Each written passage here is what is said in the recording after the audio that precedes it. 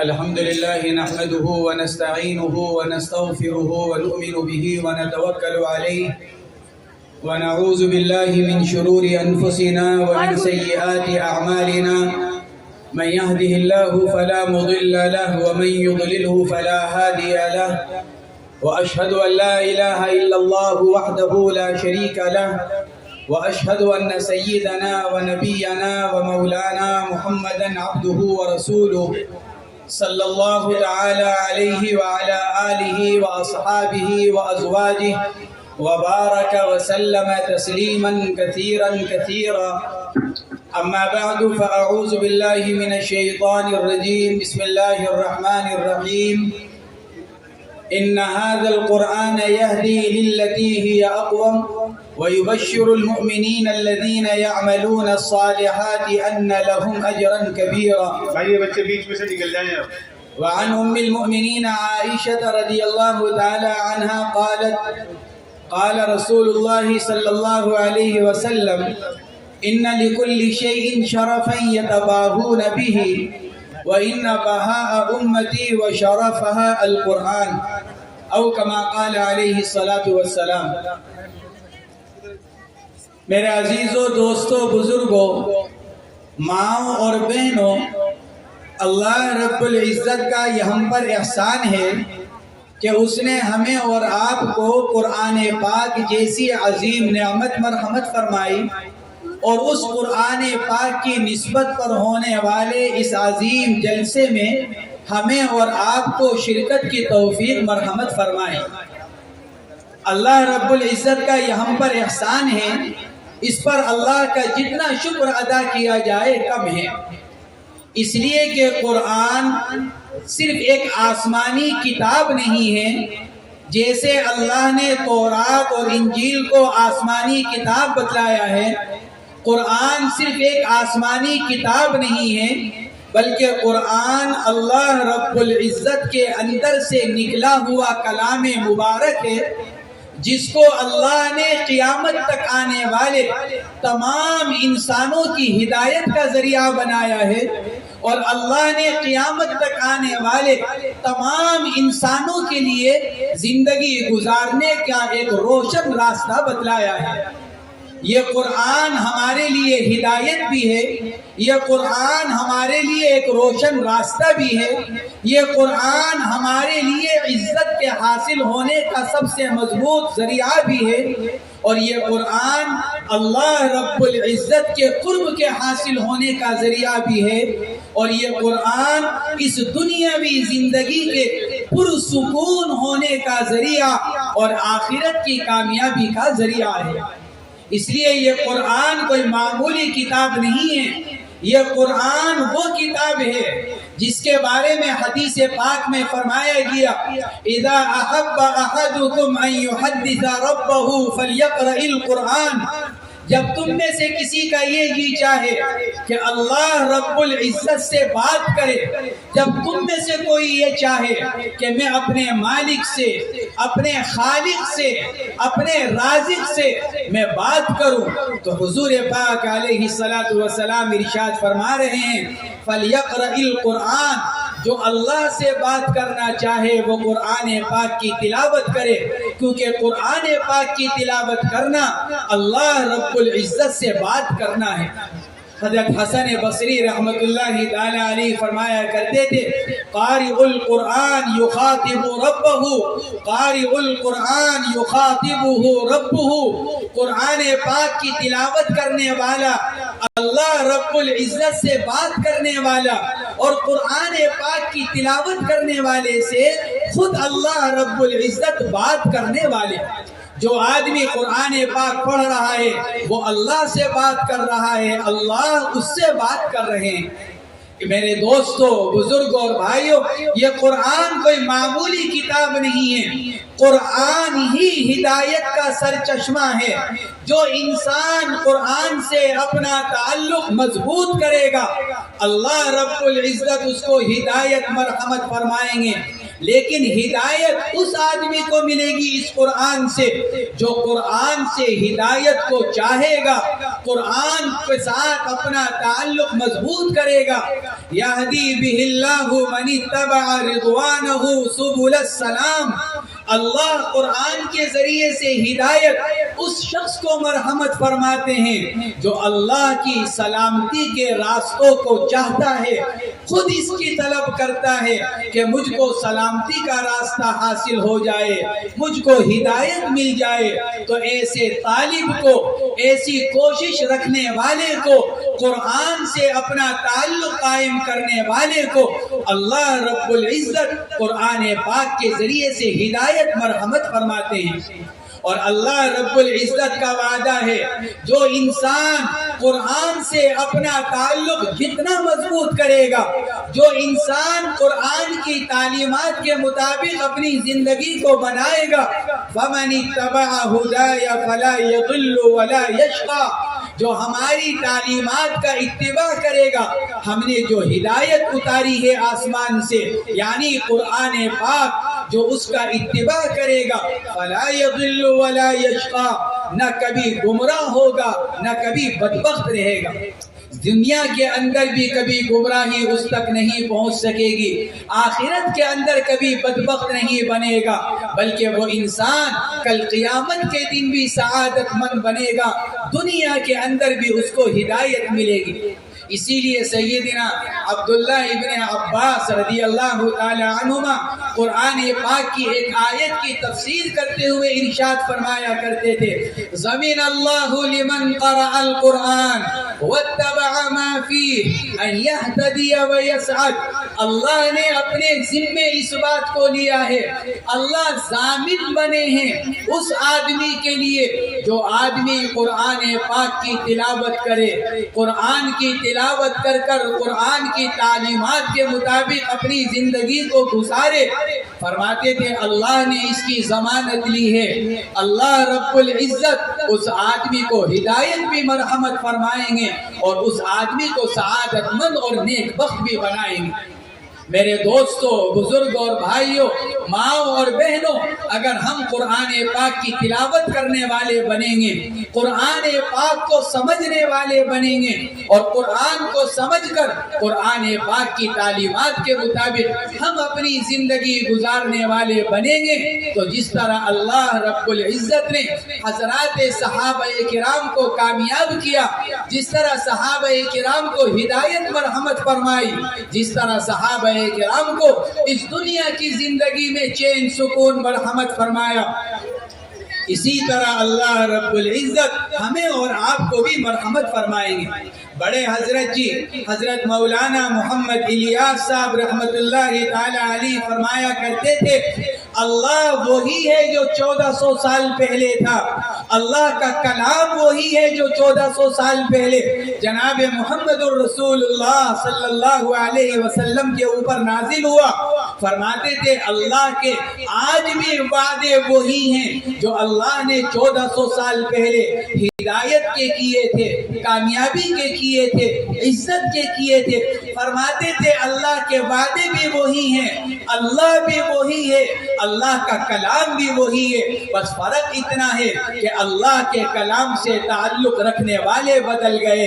اللہ سے اپنا تعلق قائم کرنے والے بدل گئے اور اللہ رب العزت سے لینے والے بدل گئے۔ صحابہ کرام کا تعلق اللہ سے تھا، صحابہ کرام کا تعلق اللہ کے کلام قرآن پاک سے تھا، اللہ نے ان کے حق میں اپنے سارے وعدوں کو پورا فرمایا، ہدایت کا وعدہ، کامیابی کا وعدہ، عزت کا وعدہ، چین سکون کی زندگی دیے جانے کا وعدہ، اللہ نے تمام وعدوں کو پورا فرمایا۔ فرماتے تھے اللہ آج بھی اپنے وعدوں کو پورا کرنے پر قدرت رکھتے ہیں، کیونکہ اللہ کے وعدے وہی ہیں جو 1400 سال پہلے تھے اور اللہ کبھی اپنے وعدے کے خلاف نہیں کرتے، بس فرق اتنا ہے ہم بدل گئے۔ جس دن ہمارا تعلق بھی اللہ کے کلام سے اسی طرح مضبوط ہو جائے گا جس طرح صحابہ کرام کا تھا، تو اللہ رب العزت ہمارے حق میں بھی بھی اپنے سارے وعدوں کو اس طرح پورا فرمائیں گے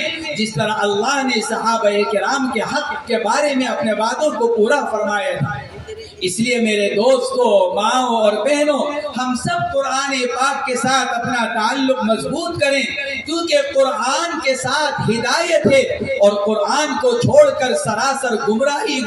ہے۔ وَمَنْ أَعْرَضَ عَنْ ذِكْرِي فَإِنَّ لَهُ مَعِيشَةً ضَنْكًا وَنَحْشُرُهُ يَوْمَ الْقِيَامَةِ أَعْمَى، جو ہمارے ذکر سے اعراض کرے گا، قرآن پاک سے اپنا منہ موڑے گا، فَإِنَّ لَهُ مَعِيشَةً ضَنْكًا، اس کی زندگی کو تنگ بنا دیا جائے گا۔ دنیا کی زندگی بھی تنگ، دنیا کی زندگی بھی پریشانیوں سے بھری ہوئی، قبر کی زندگی بھی پریشانیاں ہی پریشانیاں، اور پھر مرنے کے بعد جب قیامت کے دن اٹھائے جائیں گے تو دوبارہ اٹھائے جانے کے بعد بھی پریشانی ہی پریشانی اور تنگی ہی تنگی۔ حضرت جابر ابن عبداللہ رضی اللہ تعالی عنہ کی ایک طویل روایت امام ترمذی رحمت اللہ علیہ نے نقل فرمائی ہے، اس کا ایک جملہ حضور پاک علیہ السلام نے ارشاد فرمایا، من ابتغى الهدى في غیرہ اضلہ اللہ، جو انسان قرآن کے علاوہ میں ہدایت کو تلاش کرے گا،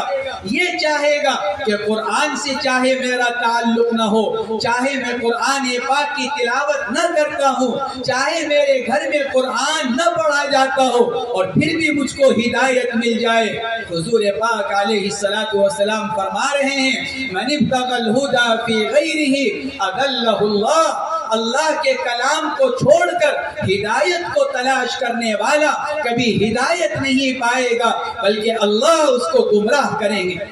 میرے دوستوں، بزرگوں اور بھائیوں، مختصر سی بات مجھے عرض کرنی ہے۔ حضرات علماء کرام تشریف فرما ہیں، دارالعلوم دیوبند کے استاد محترم تشریف فرما ہیں، بیان وہ کریں گے۔ مجھے تو صرف اتنی بات عرض کرنی ہے، آج ہم اور آپ یہاں قرآن کریم کی نسبت پر جمع ہوئے ہیں، اب تک ہماری زندگی جو قرآن سے غفلت میں گزری ہے، ہم اللہ سے سچے دل کے ساتھ توبہ کریں، اللہ سے اپنی غفلتوں کی معافی مانگیں، اور آئندہ ہماری جتنی زندگی باقی ہے، کیا مرد اور کیا عورت، کیا بوڑھے اور کیا جوان اور کیا بچے، ہم سب یہاں سے یہ عہد کر جائیں، ہم انشاءاللہ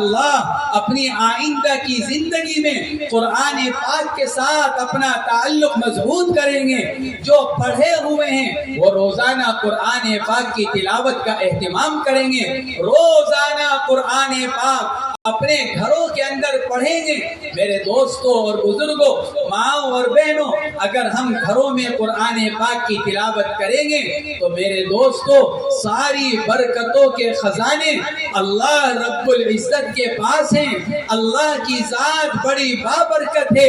اللہ کا یہ کلام بڑا بابرکت ہے۔ تبارک الذی نزل الفرقان علی عبدہ، بڑی بابرکت ہے وہ ذات جس نے قرآن کو اپنے بندے پر نازل فرمایا، اور قرآن کے بارے میں اللہ نے ارشاد فرمایا، وَهَذَا ذِكْرٌ مُبَارَكٌ أَنزَلْنَا،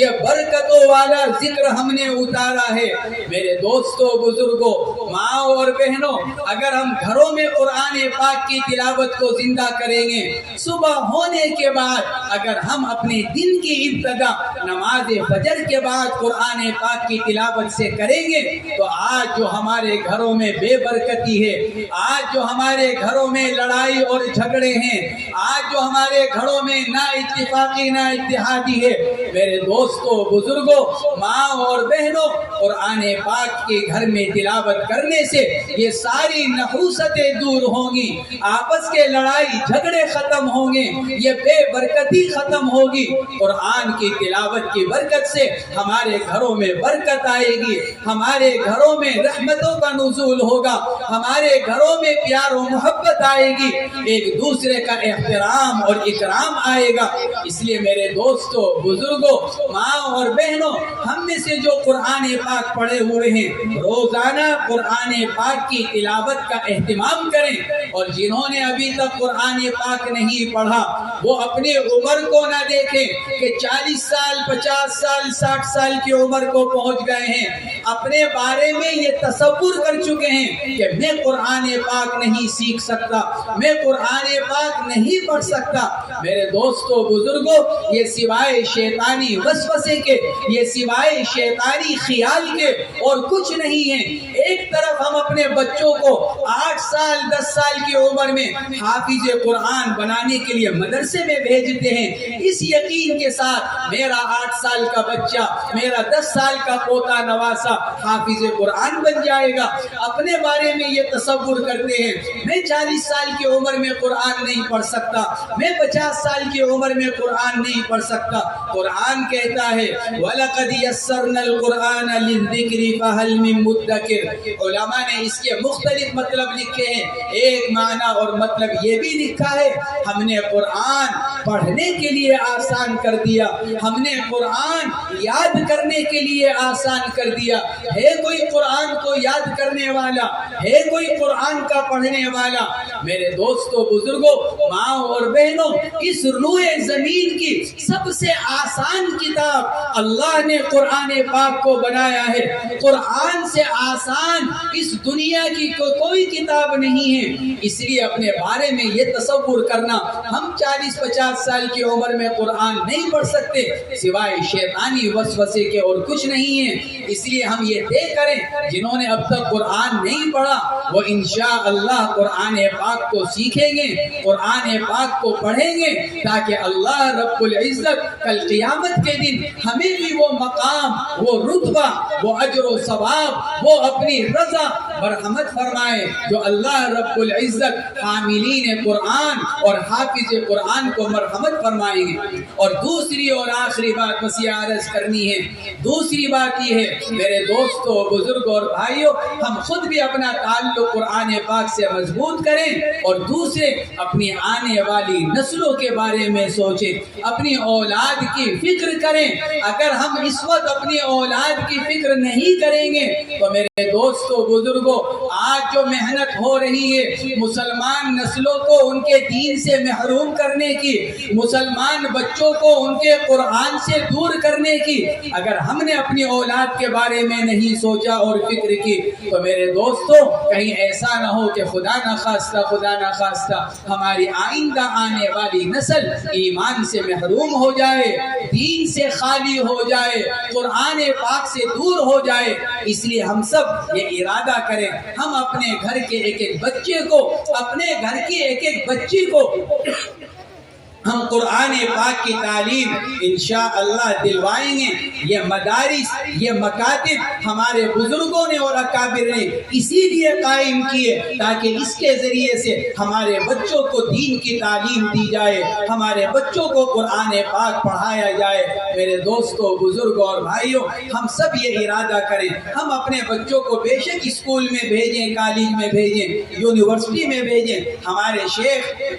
حضرت مولانا محمد یونس صاحب رحمت اللہ علیہ فرمایا کرتے تھے مسلمان ڈاکٹر کی بھی ضرورت، مسلمان وکیل اور انجینئر کی بھی ضرورت، لیکن سب سے پہلے اس بات کی ضرورت ہے ہم اپنے بچوں کو مسلمان بنائیں۔ ہمارا بچہ ڈاکٹر بننے کے بعد بھی مسلمان ہو، وکیل اور انجینئر بننے کے بعد بھی مسلمان ہو۔ اس کے لیے ضروری ہے کہ بچپن میں ہم اپنے بچوں کو دین کا علم دیں، بچوں کو اپنے بچپن میں ہم قرآن پاک پڑھوائیں۔ اس لیے ہم سب یہاں سے یہ طے کر جائیں ہم انشاءاللہ گھر کے ایک ایک بچے اور بچی کو قرآن پاک پڑھوائیں گے۔ اس مدارس اور مکاتب کے ذریعے سے ہم اپنے بچوں اور بچیوں کو دین کی تعلیم دلوائیں گے۔ اللہ تبارک و تعالی ہمارے اس مدرسے کو قبول فرمائے، اس کے اس سالانہ جلسے کو قبول فرمائے اور ہم سب کو اپنی آئندہ آنے والی نسلوں کی فکر کرنے کی اور اپنی نسلوں کے ذریعے سے ان مدارس کو آباد کرنے کی اور ان کو مضبوط کرنے کی توفیق مرحمت فرمائے۔ وآخر دعوانا ان الحمد للہ رب العالمین۔